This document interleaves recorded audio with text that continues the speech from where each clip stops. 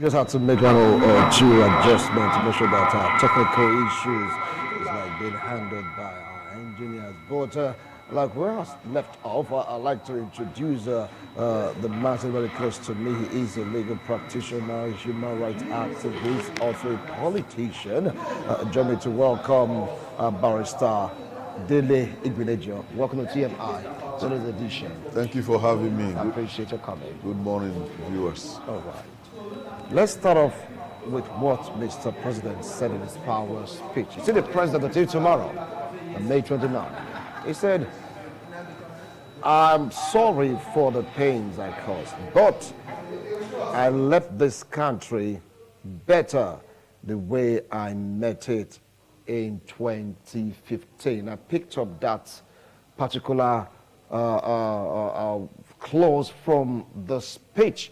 That has led to so many deliberations on the social media. Even when I was coming, we're like, we'll look at what Mr. President said. I said, okay, fine, what do you feel about it? And Nigerians, they air their views to me. Some Nigerians, I want to start off from you, Barrister Dele Igbilejo. What do you feel about that particular phrase? Sorry for the pains I caused, but I left the country better the way I met it in 2015. Well, thank you, Wilson. It is actually unfortunate that we have an apologetic president.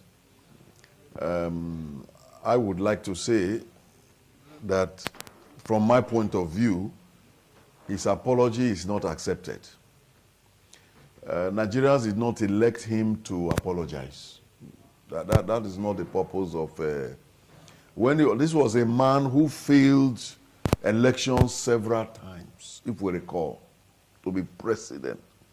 And on the last time he failed, he began to cry openly because he exuded passion for the things he would have done if he had won as president. Only for him to be given an opportunity. And after 8 years, what is delivering to Nigerians, the parting gift is an apology. Please, if I offended you, forgive me. And I left the country better than I met it. Well, I don't know which country he is actually talking about. If he's talking about Nigeria or Niger, is it Niger? Or he's talking about Nigeria. Let's focus, please, Barrister. If he's talking about Nigeria, obviously, he did not leave this country better than he met it. The indices on the streets are there. Years ago, when I went to Malaysia and I met a blind Malaysian man who was selling binke like akara, something like that. You know, a blind man, but because the coin, the ringgit, he could feel it and know if you had given him the right change. And nobody is actually interested in duping the man. You just buy and pay, you know. So I entered a conversation with him and I asked him about the administration of the then Mahathir Mohamad. He told me, he said, the administration of Mahathir Mohamad has made him better. Him as a blind man selling akara by the street, because he told me that the equipment he uses, his wife is the one that fries it. They buy it on a higher purchase from the bank. Little things like the thing to blend it and all that. Their life has been better. Now, if you go to the street and ask the average Nigerian, you don't even need to ask. When you see them with your eye, you will know that their life is not better. Look at the vehicles that are used for transportation for buses. Are they better? Look at the schools. Are they better? Our roads. Are they better security-wise? Can you travel from here now to Ekpoma without having to do prayer and fasting before you enter the road? And even while you are driving, you are speaking in tongues, praying that people do not jump out from the bush. More Nigerians have been killed in this period. There are statistics of in the thousands. So the exchange rate, I mean, that is when he became president, the naira was exchanging for about 250 to the British pound, if I can use that. Right now, it's about $1 million naira. It's about $1 million naira to 1,000 British pounds.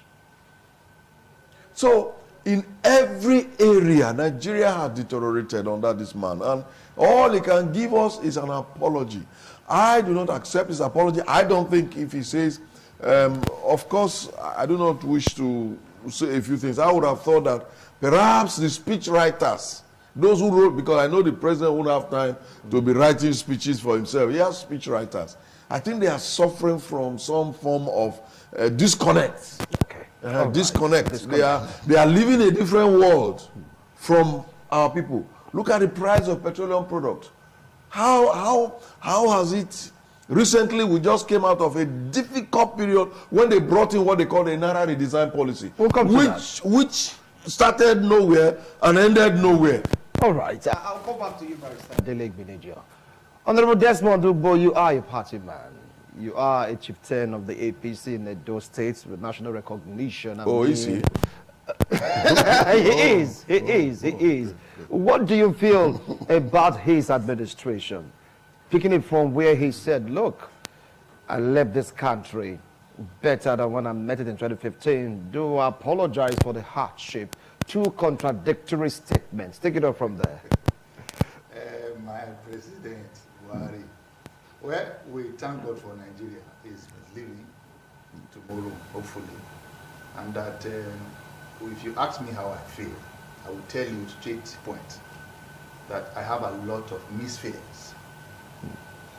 If he said he met Nigeria, or how now that he's leaving, Nigeria is better than when he met Nigeria. That is entirely his own personal opinion. What are the indices to suggest that Nigeria is better than when he came in as a president? The records are here. To be candid, we cannot entirely condemn the president now in all the sectors of the Nigeria economy. Looking at the economic policies, the areas of removal of fuel subsidy, the areas of diversification of the economy, particularly the areas of agricultural sector, the areas of insecurity, talks about other areas, expansion of the Nigeria railway. The president has done well in some of these areas. But the slow pace of doing things, his disconnect from the people, from the reality, is a clear indication that he was not in charge. Either the president is being fooled by his aides, or he is the person fooling Nigeria. To be candid, none of those aides, despite some sectorial failure, were sacked. None of the aides were dismissed for lack of diligent execution of what they are asked to do. The likes of Lai Mohammed, Ngige, and so many others. Are you speaking as a party chieftain or speaking as, I don't know, as a Nigerian? As a Nigerian. Okay. The likes of Ihanire, who is the Minister of Health. State for Health, yes. Is a super minister in this in his second administration. As somebody that is living in a blue state for the past 4 years, for example, have you felt anything in the health sector coming from the Minister of Health? We must tell Nigeria, gone are the days where you begin to pamper those who are doing wrong with a view to expecting them to do it right. It will not happen. To be candid, in the areas that the president has failed, is more than the area he has done well. You are talking about electoral reform. He has done well in that area. He has improved the electoral system. The implementer of those policies sometimes can be very, very bad. But that is not to say that the idea is not good in itself. Talking about the monetary policy, the Naira redesign, it was a laudable idea. but the process of its implementation and the timing became a nightmare for an average Nigerian. If you look at it during the period under review, you will discover that the act of kidnapping and insecurity were reduced. But the president would have looked at those enablers like network connectivity, the need to make money, the new Naira note available. Have you seen the new Naira note since the Supreme Court pronounced that it should be extended till December this year? No, it has gone into oblivion. So what happened to the new Naira note? The money the CBN governor said he has expended in printing the new Naira note. All these are certain questions that one will now put side by side to the statement he made when he said, I am leaving Nigeria better than when I came in. There are so many other Don't forget it, as of 2015. Yes. 8 years. Let me tell you, when he came in, to be candid, giving him some credit in the areas of insecurity. Yes, you know, this insecurity or this crime and criminality is evolving on a daily basis. Those who are perpetrating this insecurity are so sophisticated that they design and come out with different methods on a daily basis. But that is not to say that the security architecture of our countries have not done well to reduce the activities of this brigandage. All right. So, to be candid, the Buhari that we know when he was contesting, to some of us who read books, knows that you can't expect better thing than what we have knew him for when he was a military head of state. Because you can't teach old monkey new trick. Okay, I'll come back to you. The idea behind this is that he would have assembled good and competent Nigeria to deliver those things that he felt he wanted to come and do as a president when he was contesting the first time, the second time, the third time, and the fourth time. All right. I'll come back to you, Honorable. I'll come back to you, Honorable. Well, you heard him. He talked about some good parts of the president, his achievements, but in comparison, he said it's like, you know, the sector where he succeeded is far less than the sector where he failed. All right, so if we take these two and juxtapose them, what's your own angle, Barrister Nakwe Mbanefo? Yeah, the statement of the president was very unfortunate. Use the word unfortunate. Unfortunate. It ought not to be at all. The truth is that when a man leaves power, he allows posterity to judge him, whether he actually succeeded or not. It's the duty of the people to say he has done well. It's not for him to start to assess himself, to tell you that he met Nigeria better than he met it, he left Nigeria better than he met it in 2015. It is we, the people, that he governs, that are on the streets, that we will be asking ourselves, 8 years of Buhari administration, what has it changed? Has it changed the cost of a pot of soup in our kitchens? In 2015, when he came in, how much was a bag of rice? Let's come down a little bit. You know, in 2015, when he came in, how much was a pump of petrol? And in 2023, how much are we now buying? In 2015, when he came in, how much was a tuber of yam? And in 2023, how much is a tuber of yam now? In 2015, when he came, what was the state of, you know, the state of the transportation system? In 2023, what is it right now? In 2015, when he came in, what was the state of our medical facilities? And today, has we improved from that? You know, in 2015, when he came in, what was the state of governance? From local government to state government to federal level. And now, where are we? And so, it's not a statement that the president will make by himself. It's the people that will make that statement. If democracy is really government of the people, by the people and for the people. That means a president is a servant of the people. In 2015, when Buhari came in, what was the state of Nigerian judiciary? And in 2023, when he's leaving, where are we right now? These are questions begging for answers. My friend, with all due respect, was talking about insecurity and security. I don't know actually where he's coming from, but the point remains that Buhari never improved on the issue of security in this country. Insecurity has always been the order of the day. We had a problem. The train that was going to Abuja, is it Cardinal train, whatever that happened, you know, and we were shocked and surprised that for months, those people who was kidnapped by the so-called kidnappers was still calling family members to come and rescue them.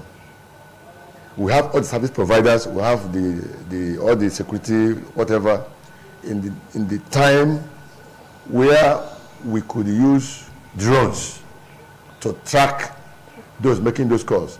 Nothing happened. And we expected that the Minister of Transport would have deployed the drones along that train track to track anything happening from where the train took off and to where it's going. So we have not shifted from the status quo of the same old way of doing things. So the issue of security, I didn't see anything there that was in there. There was no improvement from there.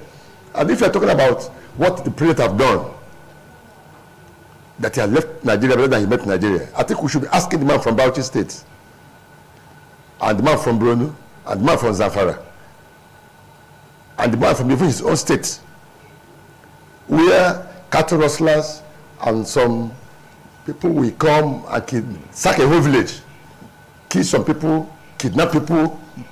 We should be asking them if there have been a change for these 8 years under this man's administration. We should be asking the relations of people who have been kidnapped on the highways, whom ransoms were demanded from, as to whether this man have actually done very, very well. And so we should be asking Nigerian doctor, average Nigerian doctor who has spent years trying to be a medical doctor, whether, the terms of service is very, very good. Those young men who are run out of the country now to Dubai, to London, to other part of the world, their dream of a better Nigeria, was it really achieved? We should be asking the university lecturers who was on strike for over 8 to 9 months whether the teaching environment actually improved, whether the benefits we will have accrued as a professor in university, was it achieved, whether government has brought in money for researches, and even whether those that came out with some results, if government actually financed it. And so what actually is the state of a Nigerian lecturer? How comfortable is a Nigerian lecturer? Though there's a caveat, some of them who became INEC staffs for this last election may not see the government as very, very bad. We'll come to that. They probably see it as a golden opportunity. Because he made mention of that. I'll come back to you. So in summary, because yes, we should also be asking which normal, if the press has enjoyed press freedom within this period, because you will gather us here to speak. And when we want to speak, you say we shouldn't say anything. Say NBC will sanction you. How many Broadcasting Corporation? So have we enjoyed press freedom? Okay. Yeah. So in the last election, we saw press being beaten up by talks and all that. Nothing happened. Again, you are talking about, my friend talked about. He talked about reforms. Okay, you just calm down. Calm down. Electoral reforms. Barrister, I'll come back to you.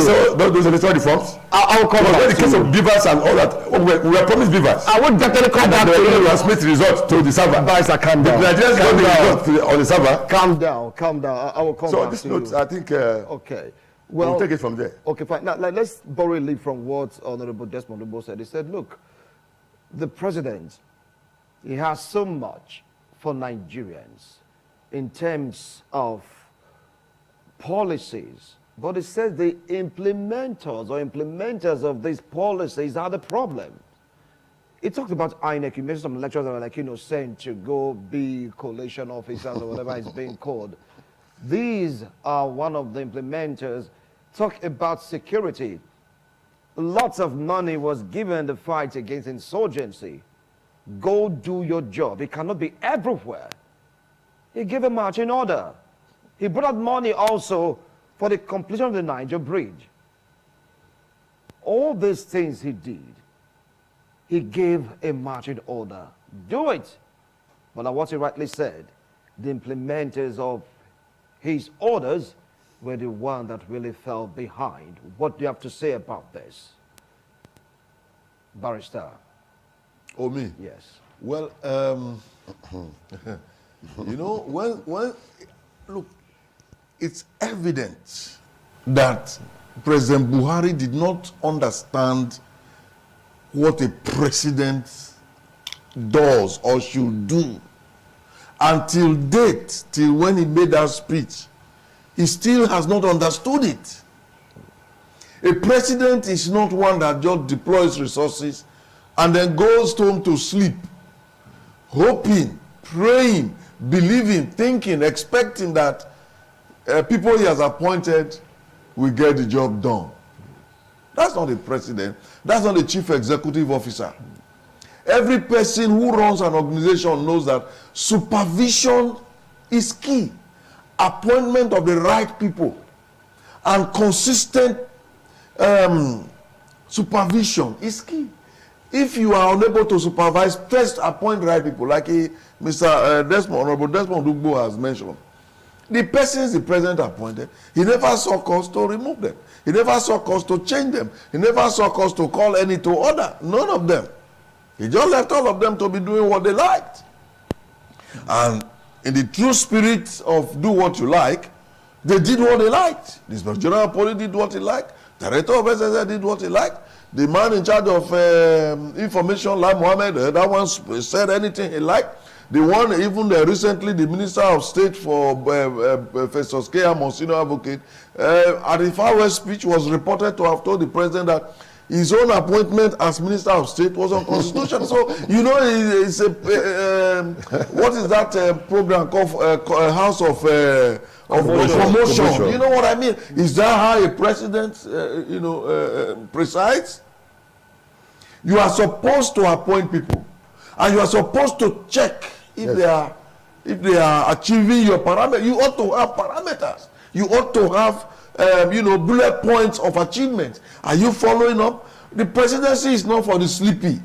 Unfortunately, we had a president that spent a lot of time abroad. So we were sick. He had no confidence in the Nigerian medical system. Yeah. He couldn't equip, and I'm saying this with the greatest respect, he couldn't equip hospitals to be able to take care of Nigerians and himself. Don't forget that 21 billion was expended in renovating the presidential hospital, so to speak, and have world-class equipment to the extent that Mrs. Buhari, yes, the first lady said, look, there'll be no need for presidents or their family to travel out of the country for treatment. Rather, the girls can be flown to the country to treat anyone that is in the seat of power. Look, sorry, sir. We live in delusion. We live in deception, even of ourselves. Because the lady you mentioned, we know that she spent a long time in Dubai on medical treatment. We know that she spent a long time. There was a time Nigerians began to speculate as to the state of her health because she was so long away. How do you do that to a country? What kind of people are these?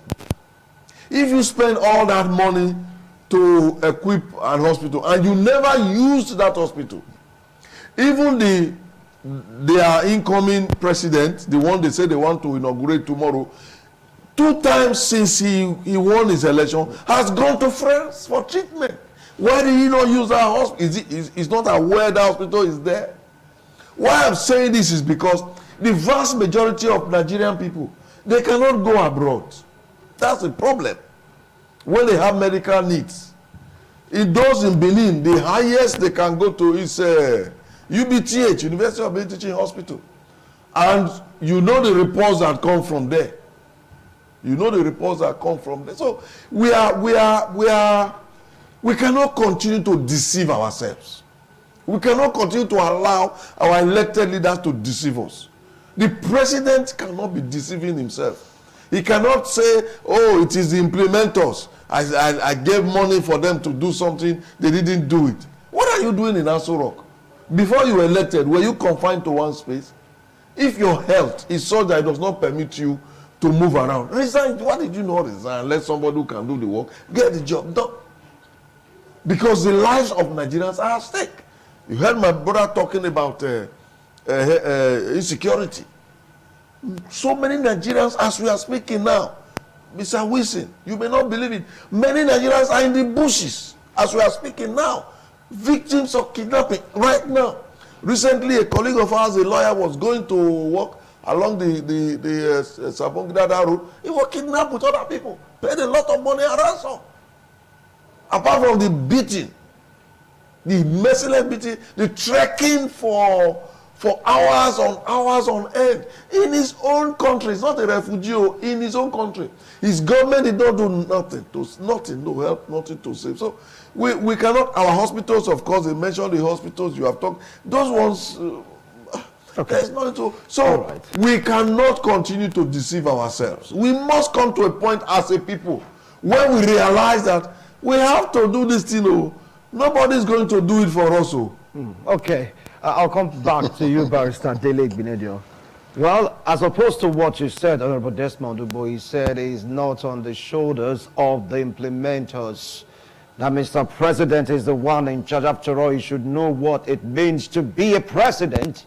Take it up from there. Well, he's entitled to his opinion the same way I'm also entitled to my opinion. But the public who are listening to us will know in their right inner mind that the point I've made is very sensitive, and that when you hire an aide to assist you in government, because the law is very clear about appointing those aides, and it is their lot to carry out your orders.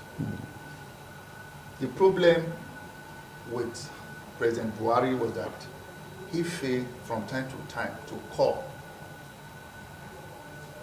on those appointees and ask them how far they have gone with the order he has given them.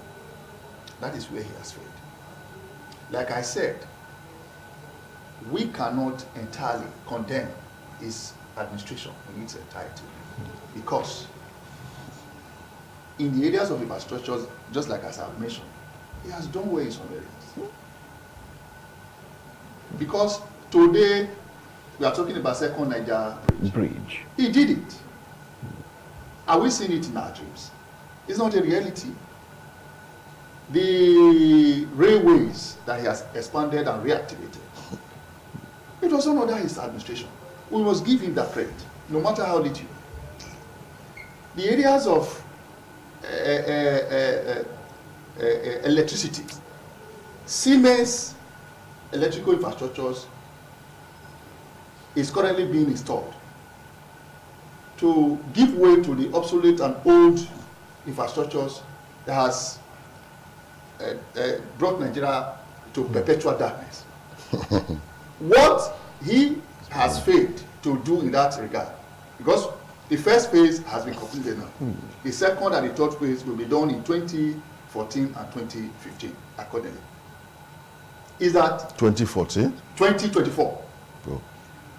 What he ought to have done is to look at the areas of climate change, look for ways to reduce carbon emission, and invest heavily on renewable energy. Today, you see people talking about solar power system, which is gradually taking over from the epileptic power supplies to our homes. Why can't the government invest in that area if we know that we have this sun in abundance in this climate? So, for us as a people, yes, like I said at the beginning, I said we have mixed feelings over his performances. And that what he has done, in some areas, very few has done well. The major area that Nigeria expected him to have done well, owing to the incessant manner he was asking to rule this country. We thought he had something upstairs. to change the narrative. But he has failed in that area. So, talking about the implementers of those policies, my friend just mentioned the INEC not doing what was asked to be done. The electoral reform that gave birth to BUHARI'S, that was under his administration. We must give him that credit. The electoral reform that gave birth to BUHARI'S, that you must use BUHARI'S machine to carry out accreditation before voting.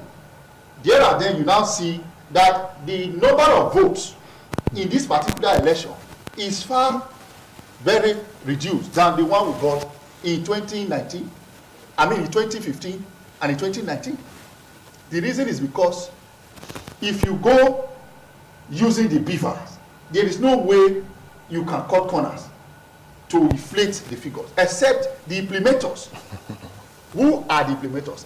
That is the INEC body and whoever they hire to carry out the exercise. So, for me, they might be looking at it from, just like you write W on the ground.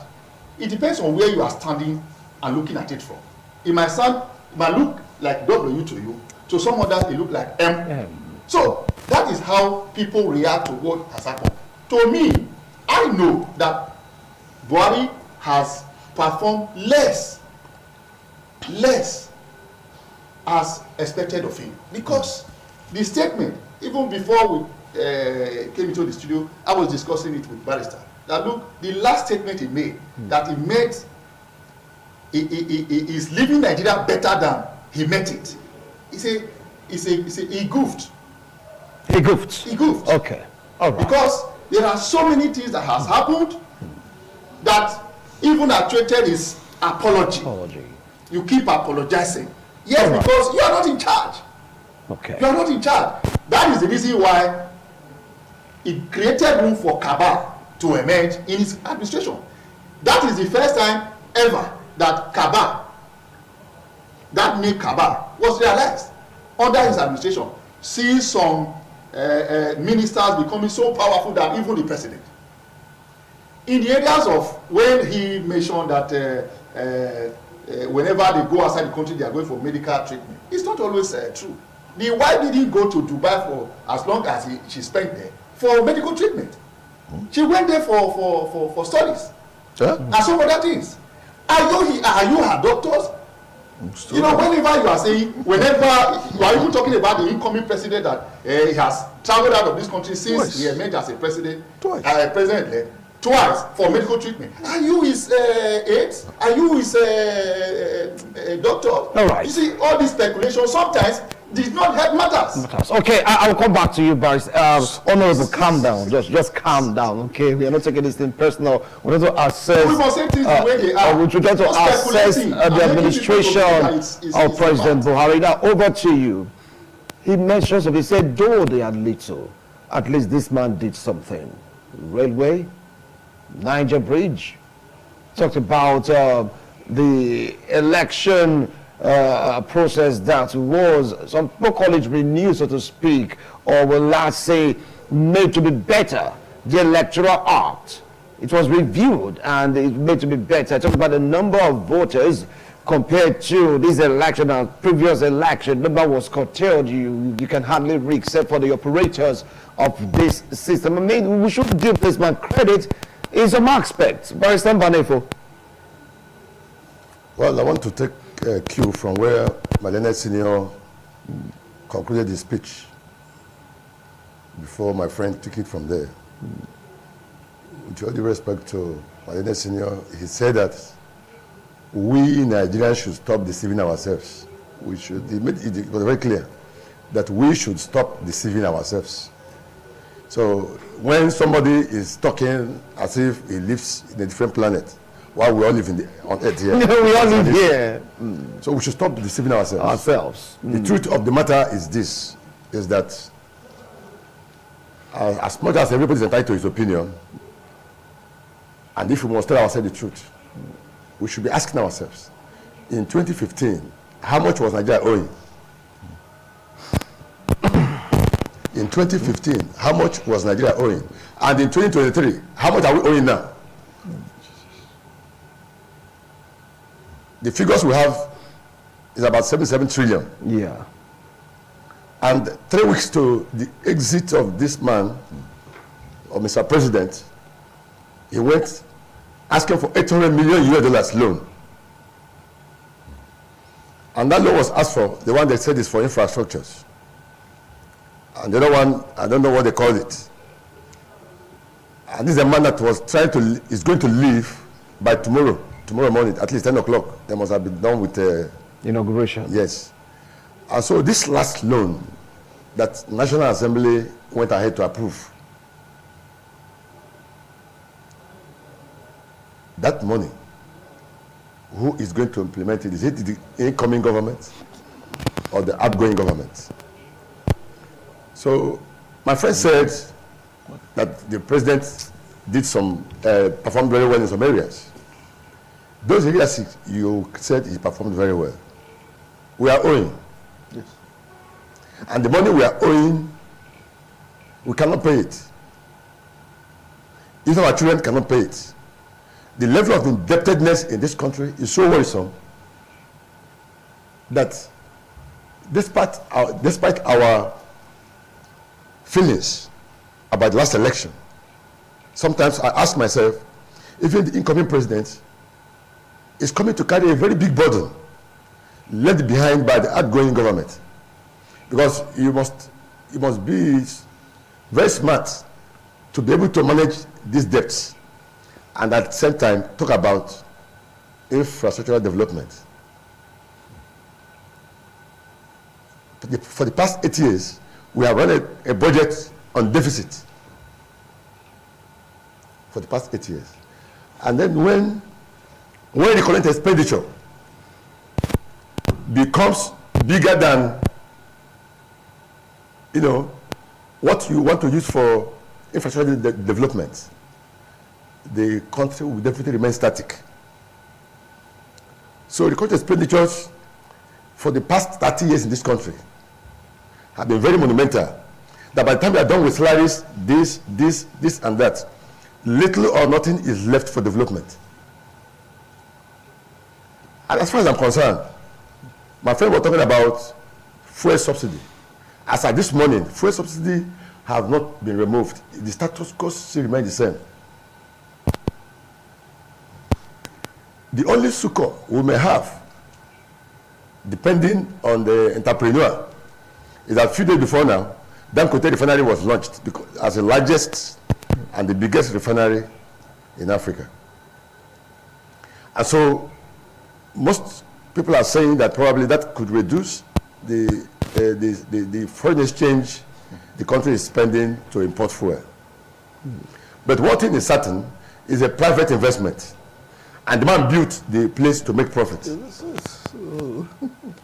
not like Christmas. And from what he said the day the place was being launched, the man took loan. But then they have spent over 70% of it. Okay, to build. So, yes, but at the end of the day, he is building to make profit. That's what and again, taking it from where the outgoing president campaigned, when he was coming in, he had promised Nigerians new refineries. He had promised Nigerians functional refineries. 8 years after, we couldn't get any. The ones that he met, he couldn't fix them. Today, a liter of fuel, we have seen it at 500 naira, 400 naira, then 300 naira. And when it came to 250, Nigerians calmed down. Nobody's talking about whether it is up or down. For the past 3 days now, it's been fluctuating from 300 to 320. And so, if you say the man has performed, and he has gone to buy this table, and he has seen the table, but you are owing 50 million naira. Even when the market price of this table will have be more than 10,000 naira. Do you call that performance? So we should stop deceiving ourselves. The truth of the matter is this, is that most of us have lived our lives. Some of us who are 50 years and above, we have already lived. The tragedy is that the children we are having today those who are graduating and those that are still going to school with Indomie and biscuit may not have a future unless a miracle happens in this country. All right. And so if you ask me, the recent loan that was taken was misconceived. Okay. And we're looking up to the incoming government. Let us see what they will say about these particular loans that were just taken. Okay. And so if Nigeria must move forward, we must shift from party lines. We should shift our argument from party lines and then put it on realistic lines. All right. Thank you.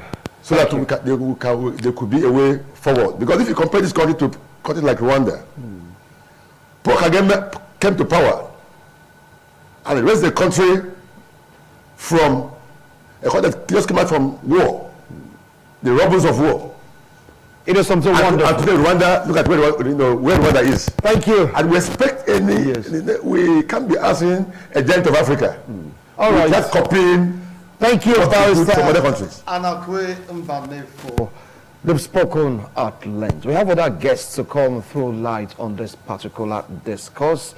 We want to hear from them also because I believe that our viewers will want to hear. But one thing was striking in this discussion, in the sense that all of you agree to the fact that when you compare the percentage of performance is low, we're talking about achievement is low compared to the amount of failures. Some call the failure colossal, others saying no, you don't need to crucify this man after all, he owned up to rate. From 1 to 100%, gentlemen, 1 minute each. If you want to score this administration, I want to start with Barrister Dele Igbeneghu. From 1 to 100, what should be your score? Well, I think I'm a fair-minded man. You score somebody based on his true performance and not to massage his ego. So from 1 to 100%, I think the man scored 1%. What? 1%. 1%? Yes, 1%, because the areas that even my learned friend identified as the areas of success, he built a railway, he introduced beavers and the second Niger bridge. Wow. It's like a father getting up in the morning and saying to his children, I'm succeeding. Did you eat breakfast this morning? They say, yes, okay, I'm succeeding. Okay, thank you. Those are areas I've succeeded. Thank you. There are certain things that are your natural functions. you don't mark yourself good for that. Thank you. After giving them food. After giving them food, you say, you heard him. Father. He said 1% and he gave reasons for that. time to his opinion.